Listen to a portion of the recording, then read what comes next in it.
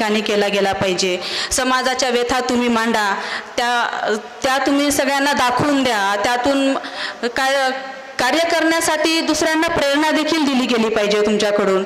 त्याचबरोबर आजकालचं युग आहे डिजिटल युग, डिजिटल पत्रकारिता सुद्धा खूप आहे आणि आपण पाहतो आपल्या सगळ्या पत्रकारांचे ते सगळ्यांचे म्हणजे किती बातम्या किती लवकर सगळ्यांपर्यंत पोहोचल्या जातात त्या। तर बातम्या लवकर पोहोचल्या जातात, पण त्यासोबतच तुमची जबाबदारी देखील तितकीच वाढली गेलेली आहे की ह्या बातम्या प्रसारित करत असताना तुमच्या म्हणजे फेक व्हिडिओज असतील, एडिट केलेल्या क्लिप्स असतील किंवा म्हणजे एखादं हेट वक्तव्य असेल कोणाचं काही, ते दिलं गेलं पोचतं होऊ नये लोकांपर्यंत, कारण त्याचा प्रभाव सगळ्या समाजावर पडत असतो। ह्या गोष्टीची थोडीशी काळजी घेतली पाहिजे आणि त्यासोबतच जर आपल्याकडून काही